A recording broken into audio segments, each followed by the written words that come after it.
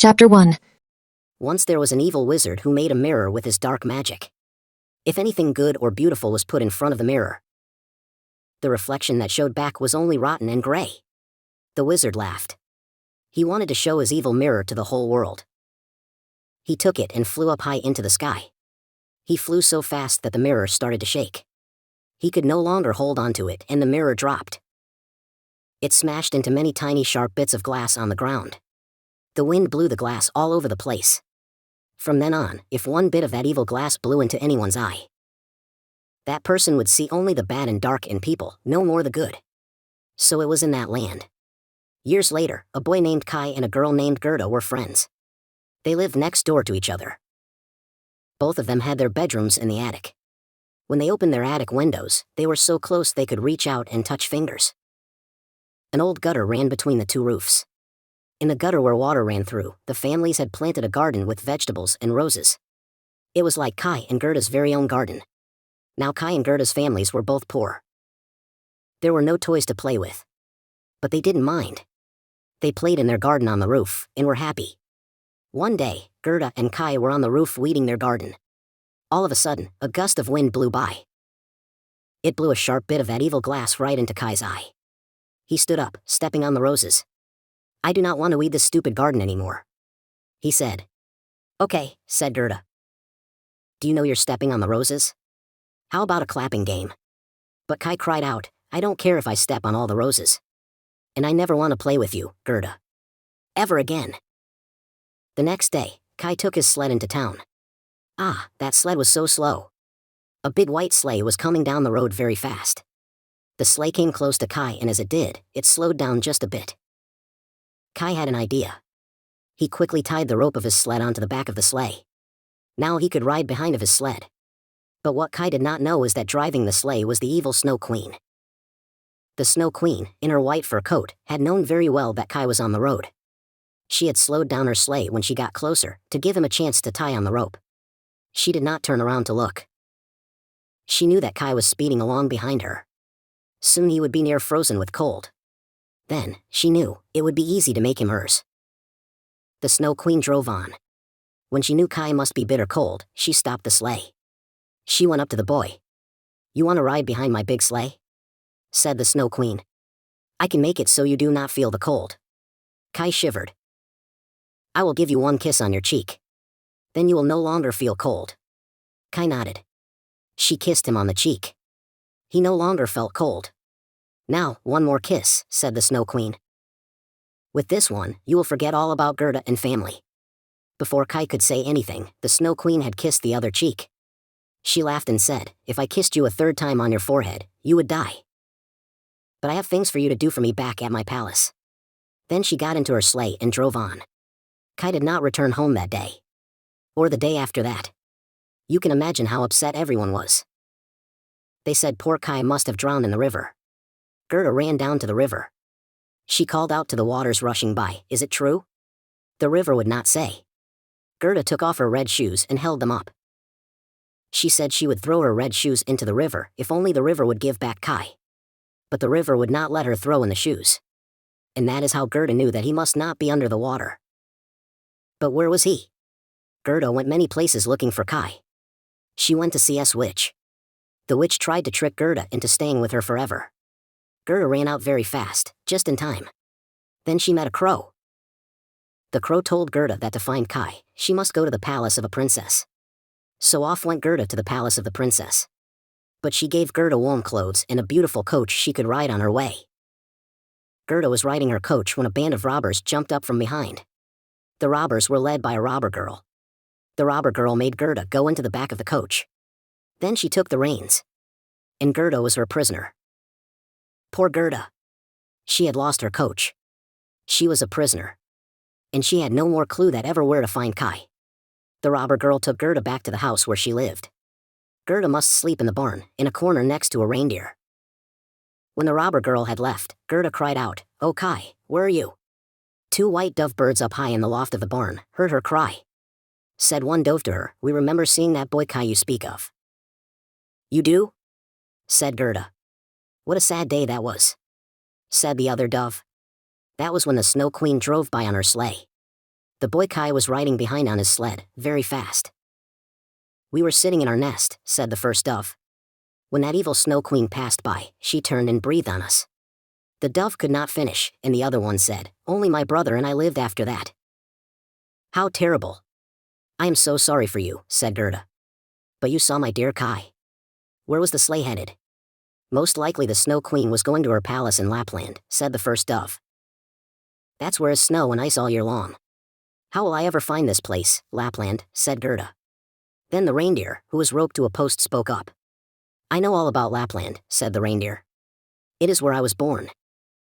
"Please, could you take me there?" said Gerda. "Yes, I could, but only if you and I were free of this place. But who knows how long we must stay here." The robber girl was just outside the barn door all this time. She was not really so mean after all. She went into the barn and cut the ropes that bound the reindeer. She helped Gerda mount the reindeer and gave her a cushion to sit on. She even gave Gerda a pair of fur boots, 2 loaves of bread and a piece of bacon, too. "Be off now," said the robber girl. "Find your friend." Off like the wind flew Gerda and the reindeer. While together they rode and rode until it got dark. Then they needed to find a place to stay for the night. They knocked on the door of a hut. An old woman opened the door and welcomed them in.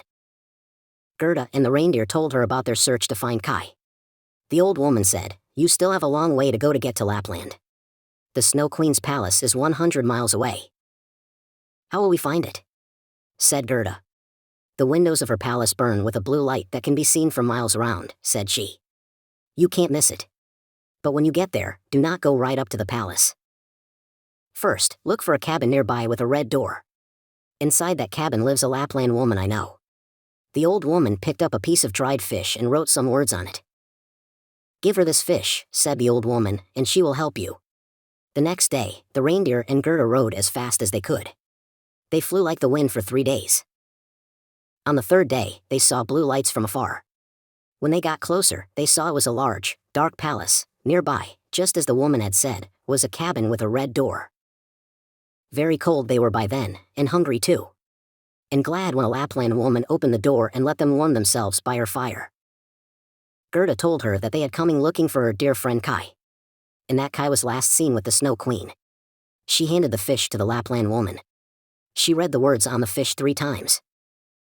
Then she put it in the pot on the fire for soup, as she never wanted to waste anything. "Did it tell you anything at all?" cried out Gerda. The reindeer said, "Something to give Gerda the power of 10 men." "The power of 10 men, said the Lapland woman, in a huff. "That would be of very little use. There is nothing anyone can do for this girl that she cannot do for herself." She turned to Gerda. "Your friend Kai got some bad glass in his eye. That is why the Snow Queen took him. By now, she has probably kissed him twice. That gives her full power over him." "Surely something can be done," cried Gerda. "Maybe," said the Lapland woman. She turned to the reindeer. "Take Gerda to the Snow Queen's palace. You will see a bush with red berries half covered in snow. Put her down at the bush and wait for her there while she goes to find Kai. And Gerda," said she, turning to the girl, "there is something you must know. When you find Kai, he will not want to leave. He is in her power. He thinks that her palace is the very best place in the world. He has forgotten all about you." "What will I do?" Gerda cried out. "Look at what you have already done," said the Lapland woman. "Look at how far you have already come."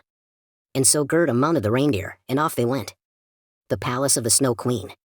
"Oh, no," said Gerda after the cabin was no longer in sight. "I left my fur boots behind. There was no time to go back." So on they went. At the bush with red berries, Gerda climbed off the reindeer. There she was, with no boots and her feet bare in the cold snow. But the Snow Queen's palace was right ahead of her, its blue lights burning in the windows. So Gerda walked on. As she went, she called and called for Kai. At last, there he was. He was sitting on top of a frozen lake, down on his knees. A throne sat on the lake, and it was empty. The Snow Queen had given Kai a job of setting pieces of ice into words. Other pieces of ice he must make into numbers. For this frozen lake was the Lake of Reason. And the throne was the very throne of the Snow Queen. "Kai!" called Gerda. But he did not look up. Kai's skin was dark blue, as if he was frozen. He had so little feeling left he did not even notice the cold anymore. The Snow Queen was away and Kai was busy with his task, working on the frozen lake. He moved one piece of ice here and another there, making the words and numbers. "Kai," called Gerda again. Still, Kai did not look up. Gerda ran right up to his face. "Kai. Kai." At last, Kai looked up. But he looked right past her with his deep dark eyes, and did not see her at all.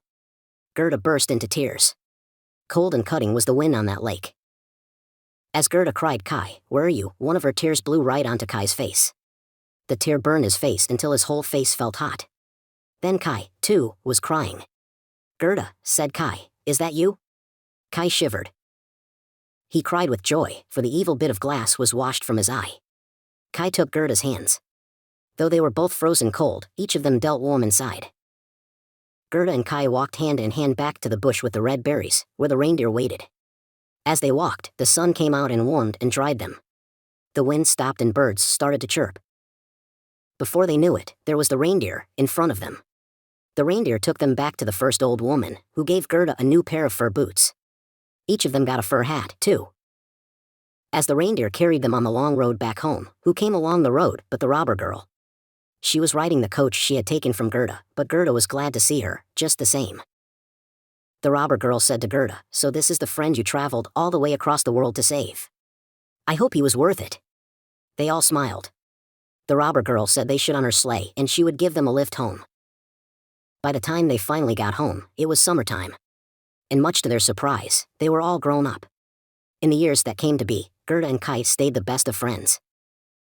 There were no more adventures with the Snow Queen or the cold frozen north, and each lived a quiet life. But they knew deep down that no matter what, they would always look out for each other.